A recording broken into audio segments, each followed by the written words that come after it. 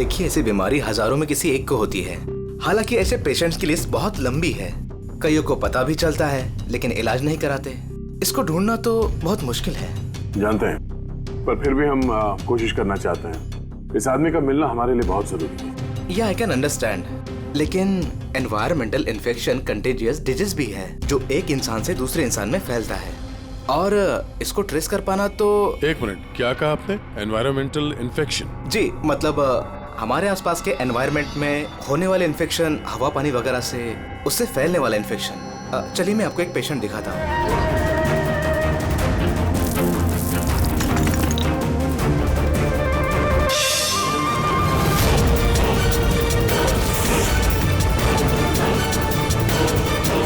Sir,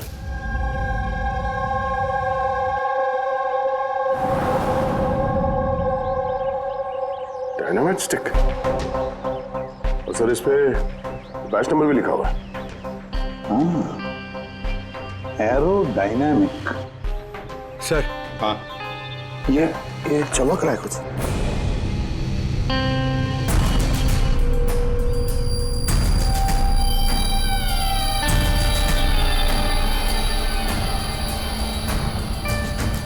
देखिए तो।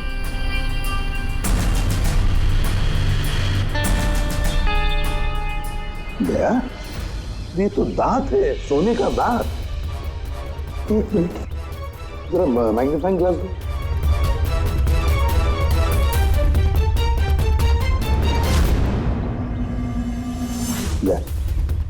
देखो, इस पर कुछ लिखा है। हाँ सर, NK लिखा हुआ है। NK? तो कहीं ये मरने वाले के नाम का इनिशियल तो नहीं है? बिल्कुल हो सकता है। और कहीं ऐसा तो नहीं ये NK नाम का जो भी है किडनैप किया गया हो? और अगर किडनैप किया है तो सर उसके घर वालों ने कहीं ना कहीं तो गुमशुदा होने की रिपोर्ट लिखवाई होगी। हाँ, चेक करते हैं, देखते हैं कितने NK इनिशियल्स के कितने लोग गायब हुए हैं।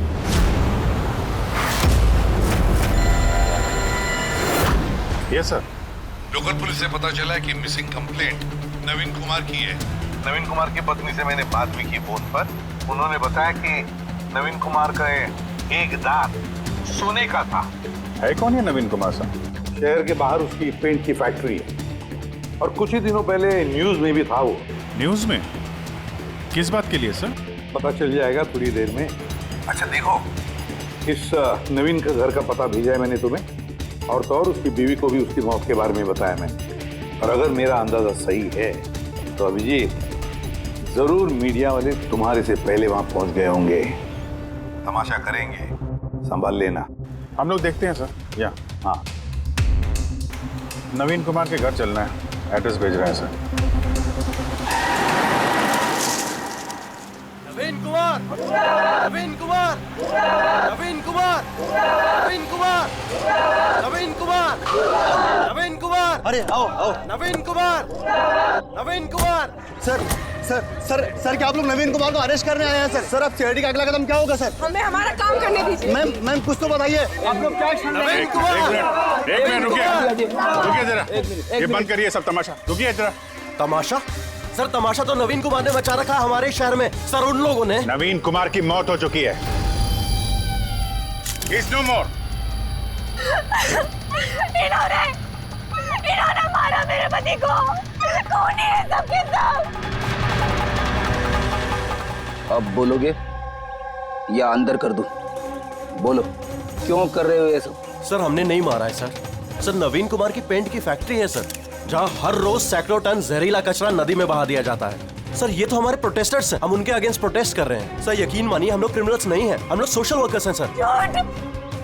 झूठ बोल रहा है ये। धमका के रखा था इसने मेरे पति को। रोज धमकी देता था। नहीं सर, मैं कोई धमकी नहीं देता था, वो तो कोई और लोग हैं सर। कौन कौन है बोलो? सर, ये वही लोग हैं जो सोशल सर्विस के नाम पर गलत काम करते हैं, लॉ एंड ऑर्डर का मिसयूज करते हैं सर। सर, मैं और मेरे प्रोटेस्टर्स, हम उन लोगों में से नहीं है सर। किस तरह की धमकी मिलती थी आपके पति को? हुआ क्या था?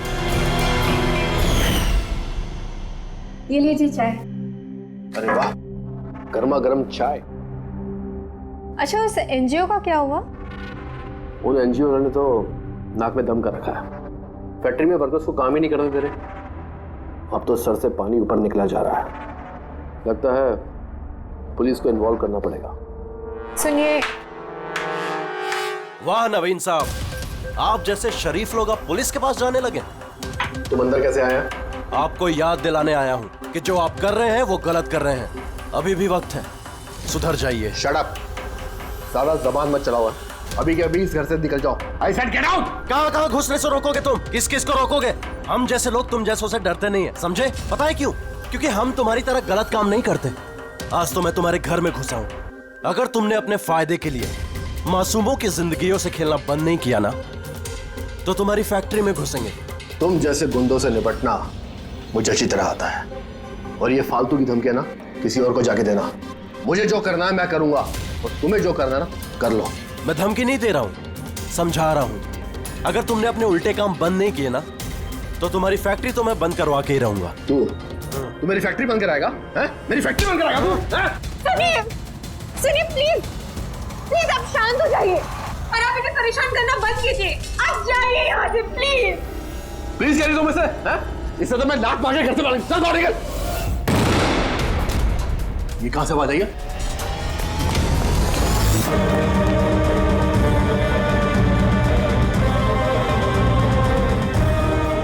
दीवार पर लिखा हुआ था, सुधर जाओ वरना बचोगे नहीं।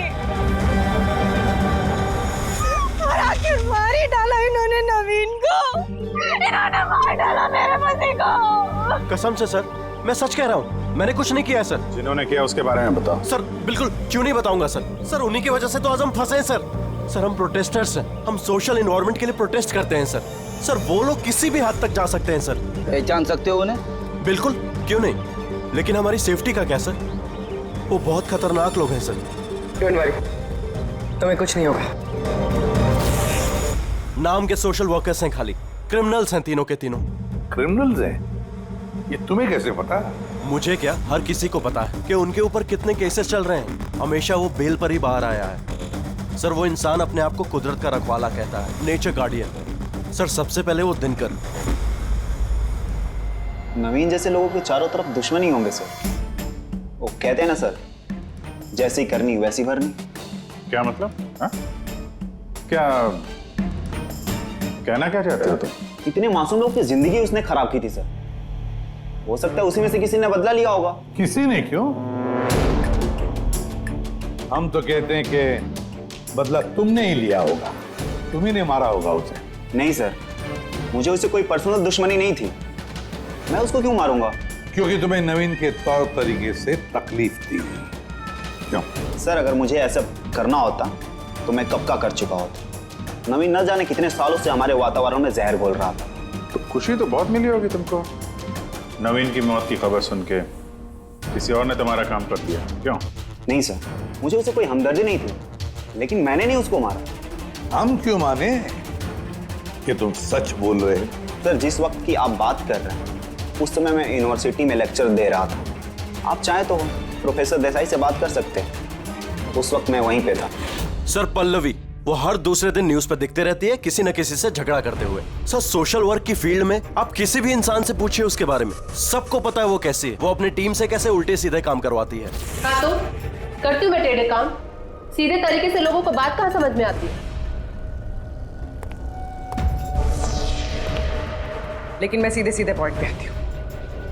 हमें लगता है कि तुमने नवीन का खून किया है। मैडम अगर आपको ऐसा लगता है तो आप अपना और मेरा दोनों का टाइम वेस्ट कर रही हैं। आई एम एन एक्टिविस्ट, मैं कोई क्रिमिनल नहीं हूँ। लेकिन हमने तो सुना है कि आप आए दिन किसी न किसी कंट्रोवर्सी में फंसी रहती हो।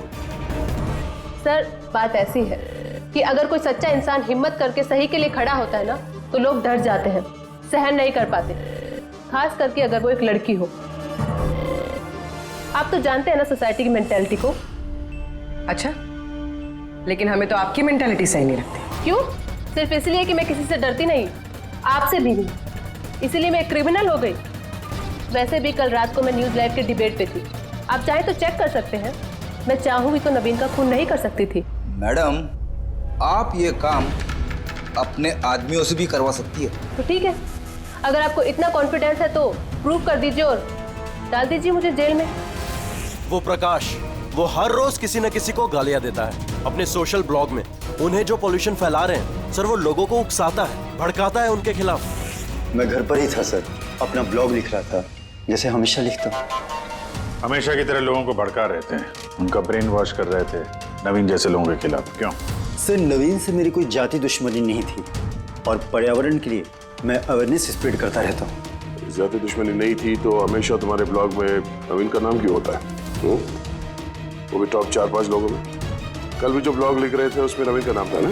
हाँ सर, नवीन का नाम था उसमें, और इस बात को मैं छिपाऊंगा भी क्यों? वो गलत आदमी था, लेकिन इसका मतलब ये तो नहीं है कि मैं उसको जान से मार दूंगा। क्यों नहीं मारोगे? ऐसे लोगों से तो तुम्हें सख्त नफरत है ना? तुम्हें लगा होगा कि तुम्हारी सारी मेहनत बेकार जा रही है, और फिर नवीन को इतने समझाने के बाद भी नवीन एनवायरनमेंट को खराब किए जा रहा था, इसलिए तुम्हें गुस्सा आ गया और फिर तुमने नवीन को खत्म कर दिया। मैं एक रिस्पॉन्सिबल सिटीजन, कोई क्रिमिनल नहीं हूं सर। मेरा काम ही यही है, अपने ब्लॉग के जरिए अच्छे और बुरे का फर्क समझाना, किसी को नुकसान पहुंचाना नहीं। सर इंटरोगेशन में तो कोई भी डरा हुआ नहीं लग रहा था। हाँ, डरे हुए तो नहीं लग रहे थे, फिर भी इन तीनों पे कड़ी नजर रखनी चाहिए। क्यों सर? फ्रेडी, डर बहुत अजीब चीज होती है। अगर इन तीनों में से किसी ने खून किया है तो जरूर डर के मारे वो कोई ना कोई गलती करेगा, कोई ना कोई गलती जरूर करेगा।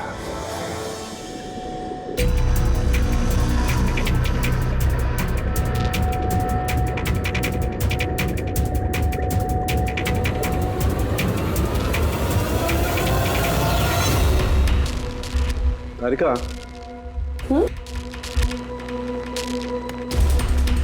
देखो इस पर कोई फिंगरप्रिंट है क्या? चेक करो।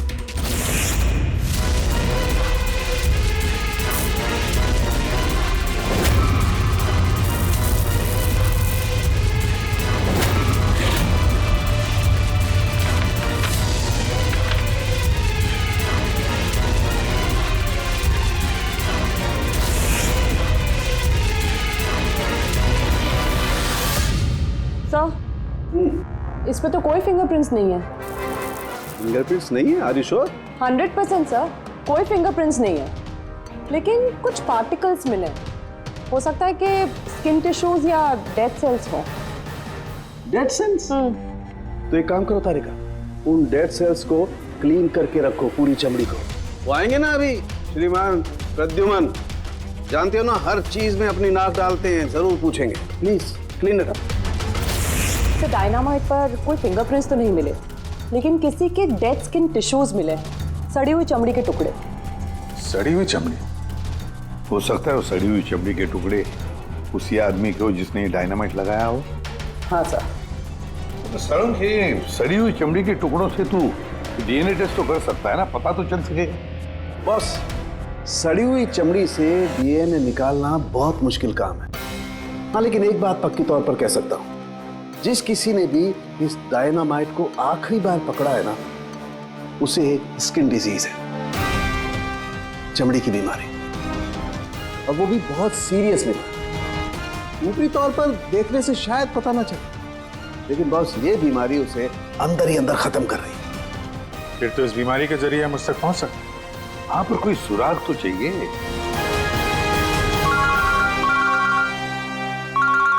हेलो, एसीपी प्रद्युमन है? हाँ कहिए। अच्छा, good, thank you. Dynamite manufacturer बता रहा था, अपने रिकॉर्ड चेक किए उसने, वो डायनामाइट किसी खदान को बेचा था उसने। मतलब माइन साइट? हाँ, माइन साइट। बस अब पता लगाना ये है कि ये डायनामाइट खदान से खूनी तक कैसे पहुंचा।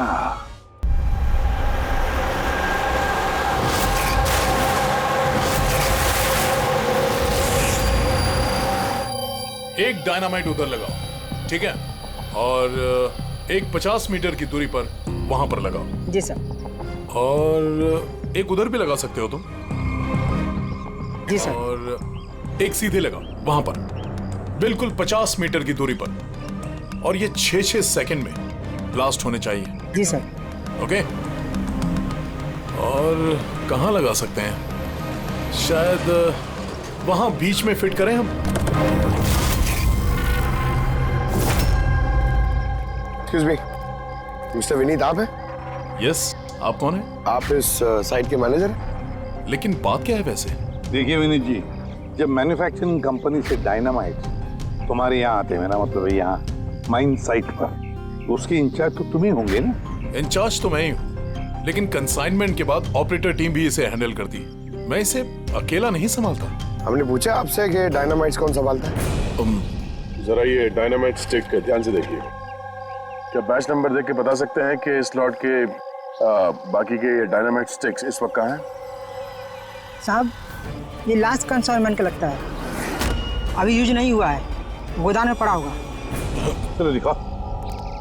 विनीत, जब ये डायनामाइट का कंसाइनमेंट यहाँ पर आता है तो उसे चेक भी तुम ही करते होंगे, तुम जो इंचार्ज हो, है ना? हाँ हाँ हाँ, ऑफ कोर्स सर। तो आपको इस बैच के कंसाइनमेंट में कोई गड़बड़ लगी? गड़बड़? नहीं, नॉर्मल तो था जैसा होता है, पर आप ऐसा क्यों पूछ रहे हैं? नॉर्मल जो है जैसे होता है। और बॉक्स पे 10 सेट लिखे हुए सर, जरा इसको खोल के देखना कितने, गिनो।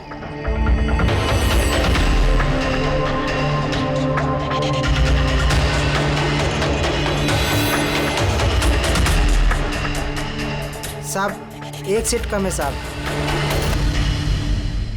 अब ये चेक करके यही मुंह खोलोगे या फिर खातिरदारी करने के बाद ही मुंह खोलोगे तुम? सर बताता हूं, मैं हमेशा से ये सेट्स मछुआरों को बेचा करता था, बॉम्ब फिशिंग के लिए। मतलब इल्लीगल इस्तेमाल करते हो इसका? और इनमें से 6 सेट्स मैंने उसी को बेचे हैं। जिसको बेचा उसे पहचानते तो हो ना? सर वो मेरा रेगुलर कस्टमर नहीं था, वो पहली बार आया था और मैंने उसका चेहरा भी नहीं देखा।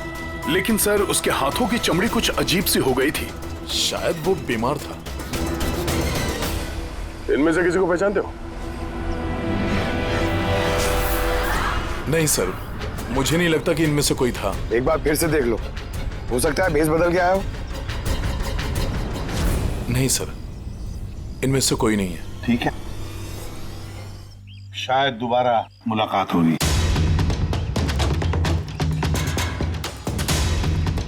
सर मुझे लगता है हमें उन लोगों की लिस्ट बनानी चाहिए जिन्हें इस तरह की बीमारी है। आई नो थोड़ा मुश्किल है, बट ट्राई करते हैं सर। नहीं, ट्राई तो करना ही पड़ेगा दया। सबसे बड़े बड़े हॉस्पिटल और छोटे से छोटे नर्सिंग होम, क्लिनिक्स में जाकर पता लगा इस बीमारी वाले पेशेंट्स के बारे में। हो सकता है अगर हमारी किस्मत अच्छी हो तो कुछ सुराग हाथ में लग जाएगा। Sir let's go.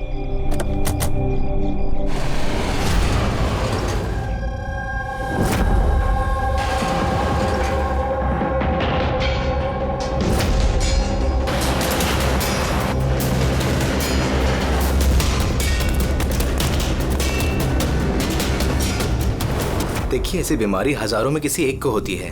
हालांकि ऐसे पेशेंट्स की लिस्ट बहुत लंबी है। कईयों को पता भी चलता है लेकिन इलाज नहीं कराते। इसको ढूंढना तो बहुत मुश्किल है। जानते हैं, पर फिर भी हम कोशिश करना चाहते हैं। इस आदमी का मिलना हमारे लिए बहुत जरूरी है। या आई कैन अंडरस्टैंड, लेकिन एनवायरमेंटल इन्फेक्शन कंटेजियस डिजीज भी है जो एक इंसान से दूसरे इंसान में फैलता है, और इसको ट्रेस कर पाना तो। एक मिनट, क्या कहा आपने? Environmental infection? जी, मतलब हमारे आसपास के एनवायरनमेंट में होने वाले इन्फेक्शन, हवा पानी वगैरह से, उससे फैलने वाला इन्फेक्शन। चलिए मैं आपको एक पेशेंट दिखाता हूँ। न्यूरोलॉजिकल इनस्टेबिलिटी, ये बीमारी पेशेंट के दिमाग पर धीरे धीरे गहरा असर डालती है। वो अपना आपा भी खोने लगता है, उसका दिमागी संतुलन भी खो सकता है, जैसा कि नीरज ने खोया है। और फिजिकल कंडीशन, आई मीन ऐसे पेशेंट्स में ये तेजी से भाग सकते हैं वगैरह ये लोग? हाँ, नॉर्मली चल फिर तो सकते हैं, लेकिन अगर बीमारी एडवांस स्टेज की है तो दौड़ना उसके लिए पॉसिबल नहीं। सर लेकिन एड्रेनलिन इंजेक्शन लगाएं तो बॉडी में थोड़ी देर के लिए ताकत आ सकती है। हाँ, लेकिन उसका साइड इफेक्ट बहुत होता है सर। एड्रेनलिन इंजेक्शन देना बहुत रिस्की होता है। रिस्की हो सकता है, पर इस मुजरिम का जो मानसिक संतुलन जिस हिसाब का है तो हो सकता है उसे साइड इफेक्ट से कोई फर्क ना पड़ता हो। लेकिन अगर वो वाकई नीरज की तरह मेंटली अनस्टेबल है तो फिक्र आप लोगों को करनी चाहिए। क्या मतलब? मतलब ये कि अगर वो एक खून कर चुका है तो दूसरा भी कर सकता है।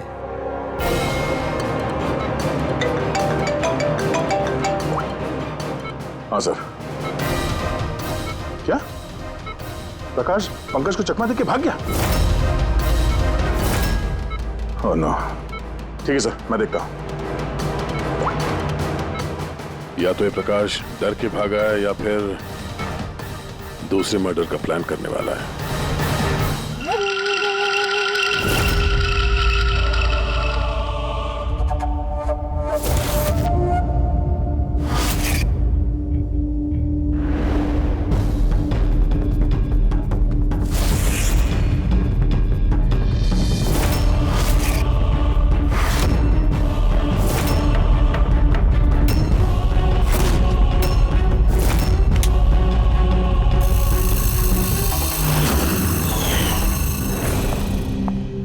अरे पापा, आज आप जल्दी उठ गए।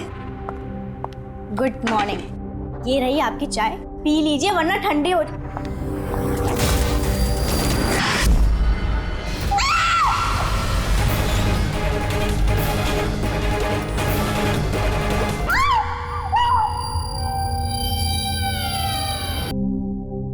डॉक्टर का कहना बिल्कुल सही था। ये खूनी पागल हो गया, दिमागी हालत ठीक नहीं है इसकी। सर, लगता है खून करने का पैटर्न बनता जा रहा है खूनी का। जमीन हथियाने के लिए इल्लीगली पेड़ों की कटाई। खूनी ने इनके साथ भी वैसे, वो भी प्रकाश के गायब होने के ठीक बाद। वेपन कौन सा यूज किया? 100% चेनसॉ,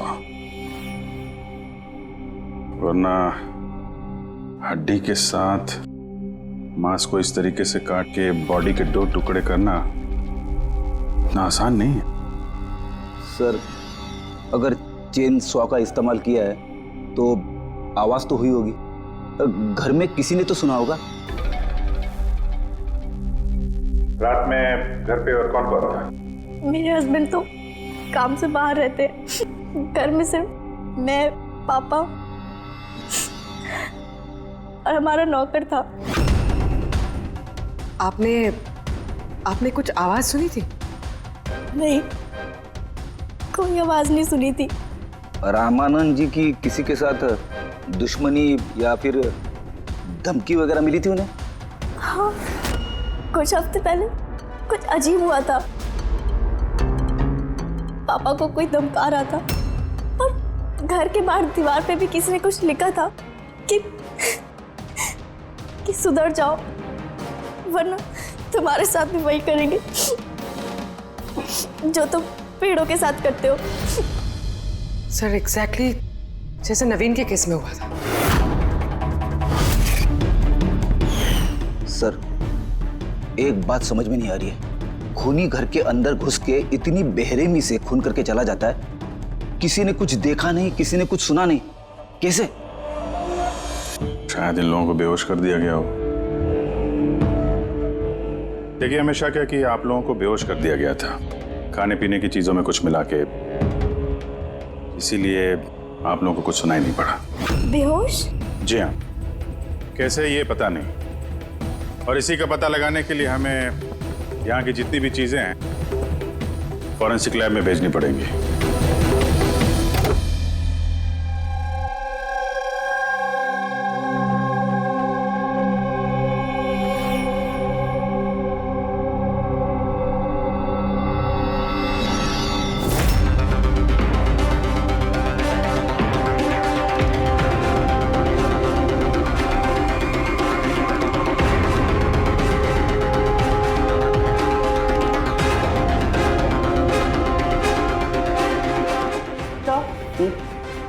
घर पे जितनी भी खाने की चीजें थी सब चेक कर ली और पीने की भी। कोई भी नींद की दवाई नहीं मिली। No sedatives. नहीं मिली? Are you sure? एब्सोल्युटली। लेकिन तारिका, सब लोग बेहोश तो थे। इसका मतलब कोई ना कोई तो नशीली दवाई होगी जिसकी वजह से वो बेहोश हुए। खाने में, पीने में, किसी चीज में तो होनी चाहिए। इसमें थी।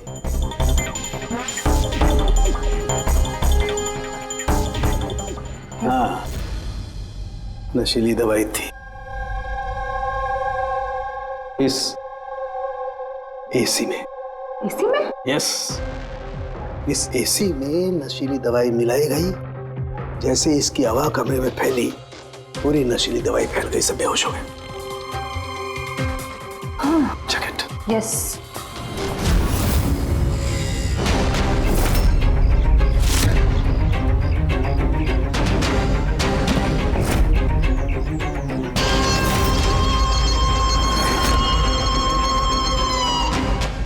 साउंड के तो हवा में तीर तो नहीं मार रहा? ऐसा कैसे हो सकता है? ऐसा ही हुआ है बॉस। एसी में नशीली दवाई थी। मुझे एसी के ब्लोअर में, उसके फिल्टर में, सब जगह सेडेटिव मिला है, और वो भी बहुत हाई डोज। माय गॉड, ये कैसे हो सकता है यार? बॉस, एसी में सेडेटिव था, नशीली दवाई कमरे में फैली, सब लोग बेहोश हो गए। खूनी आया, उसने रमनन का खून बड़े इत्मीनान से किया और चला गया। किसी ने कुछ नहीं सुना। अच्छा चल ठीक है। सालुंके का फोन था, बता रहा था रमन के घर में जो एसी है उसमें से नशीली गैस छोड़ी गई थी, एनेस्थेटिक गैस।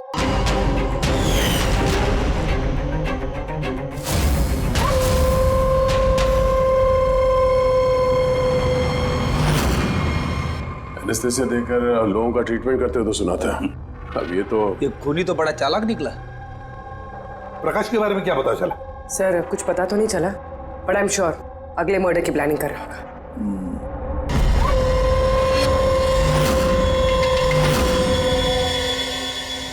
लेकिन अगर खूनी बीमार है तो ये प्रकाश तो अच्छा खासा भाग रहा था। सर ऐसा भी तो हो सकता है कि उसने किसी और से खून करवाया हो। तो फिर वो भागा क्यों? आवाज कैसी? चलो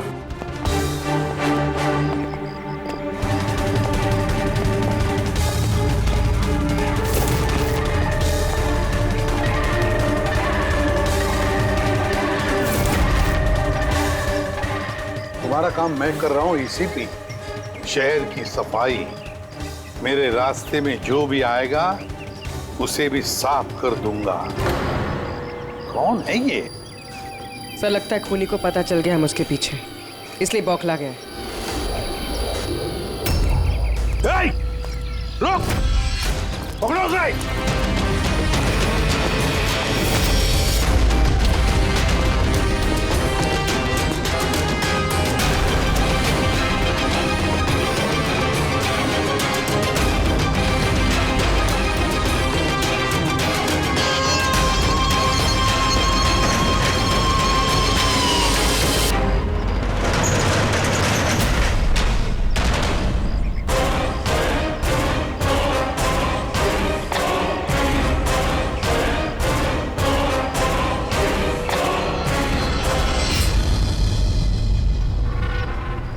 सर, सीआईडी से ये अलर्ट आया है।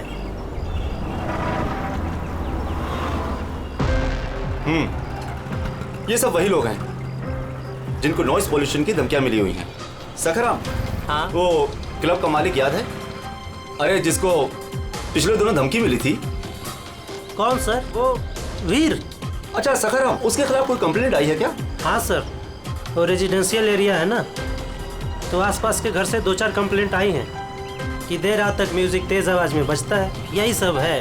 शोर मतलब नॉइस पॉल्यूशन। सखराम तुम एक काम करो। हाँ सर। आप सीआईडी ब्यूरो में फोन लगाइए अभी और इसी वक्त।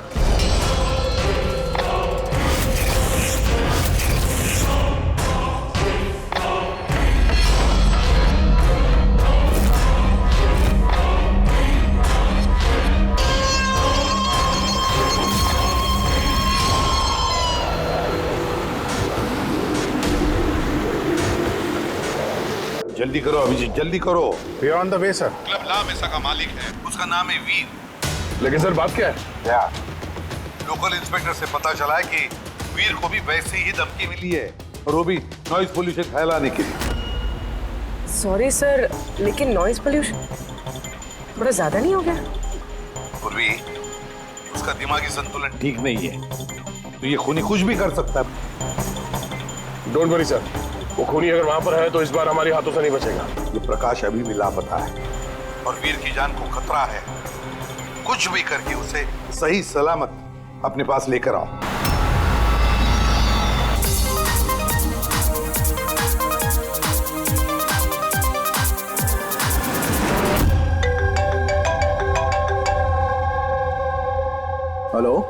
हेलो वीर, मैं एसीपी प्रद्युमन बोल रहा हूँ, सीआईडी से।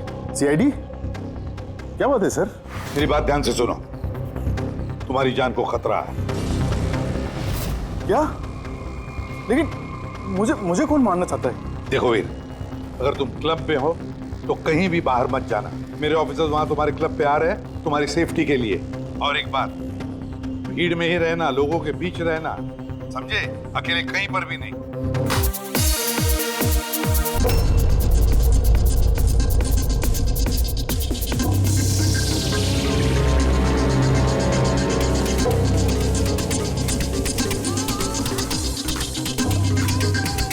देखो, मैं अपने केबिन में जा रहा हूँ, ठीक है?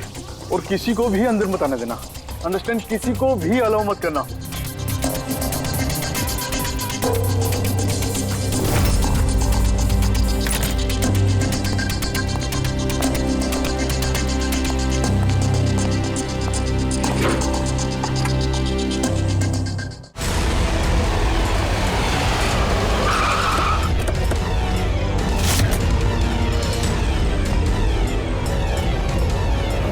सीआईडी।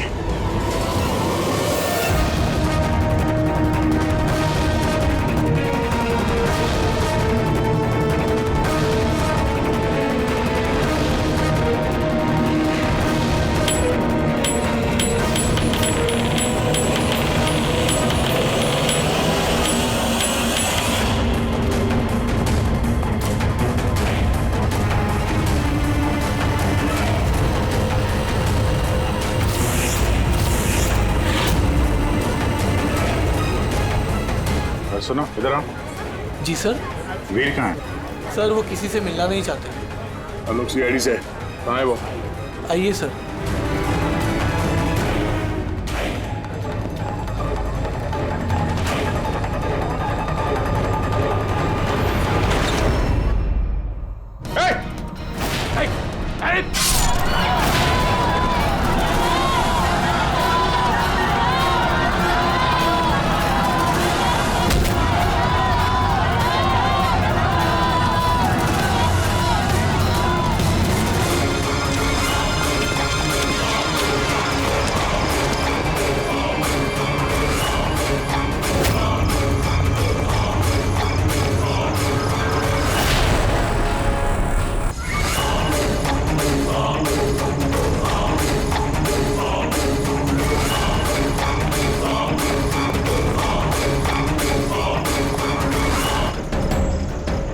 क्या काम हो?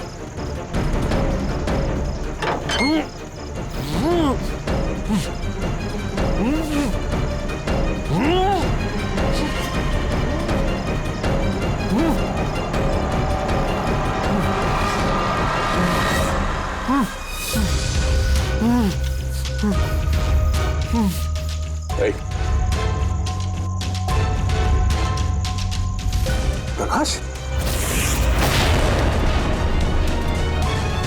आजा मारो।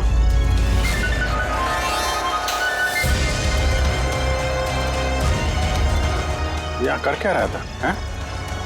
नाटक कर रहा था क्या हमसे छुपने के लिए? नहीं अभिजीत, लगता तो नहीं है। इसके हाथ पैर बंधे हुए थे, लगता है किसी ने हाथ पैर बांध के इसे यहाँ फेंक दिया। पूर्वी, एसीपी साहब को फोन करके बताओ कि प्रकाश मिल गया, और मरहम पट्टी भी करो। सर जाओ। चलिए। समझ में नहीं आता, हर बार हाथ से निकल कैसे जाता है, गायब कहाँ हो जाता है? उसे आसमान खा गया या जमीन निकल गई?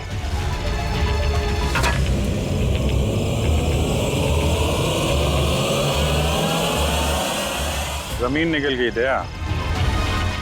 जमीन? क्या? जमीन।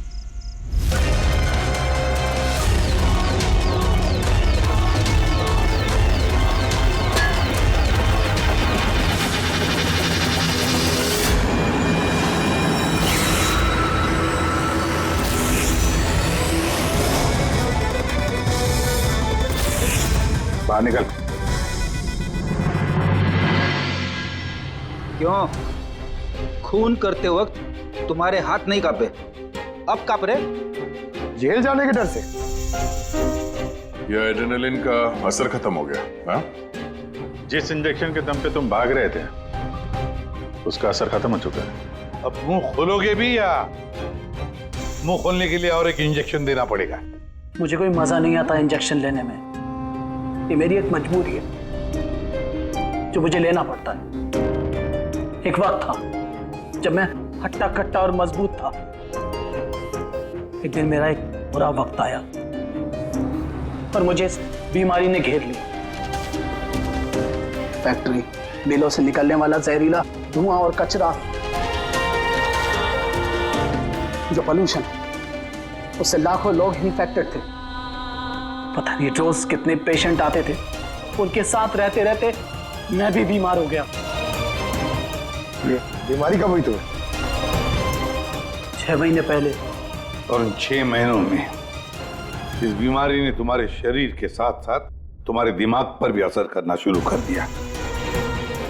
तुम्हें पता है तुमने क्या किया? हाँ? मैंने किसी का कुछ नहीं बिगाड़ा। बिगाड़ा उन लोगों ने। हवा, पानी, सब में जहर घोल दिया। बस तब मैंने सोच लिया, जिन लोगों ने मेरी हालत की है उनको मैं छोड़ूंगा नहीं। मैं बदला लेके रहूंगा। और इसीलिए तुमने बीएमसी में नौकरी की, ताकि पूरे शहर के सीवेज सिस्टम का नक्शा तुम्हें याद हो जाए। उसका फायदा उठा के तुम वहां से भाग जाते। हमें लगता था कि तुम अचानक कहां गायब हो गए।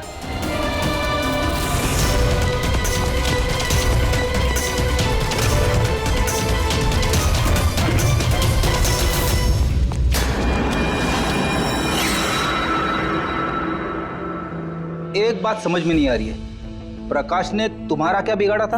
हाँ, उसे किडनैप क्यों किया? वो उस रात वहीं पे था, रमन्नन के घर के बाहर। वो उसका घर जलाने आया था।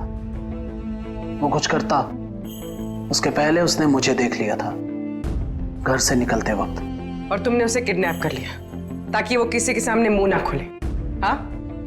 तुम उसे मार भी सकते थे, तो फिर उसे जिंदा क्यों छोड़ दिया? मैंने बोला ना सर, मेरा बदला सिर्फ उन लोगों से था जो आसपास की हवा, पानी में जहर घोल रहे थे। मैं तो सिर्फ अपना संसार बचा रहा था। मैं कोई बचपन से खूनी नहीं हूं। दुनिया बदलने का ठेका तुम्हें दिया किसने? मोहन, तुम्हारे इस बदले की आग ने इतने सारे लोगों की जानें ली। उनकी जान लेना जायज नहीं था। बहुत गलत किया तुमने। कानून तुम्हें कभी माफ नहीं करेगा। तुम्हें कड़ी से कड़ी सजा होगी।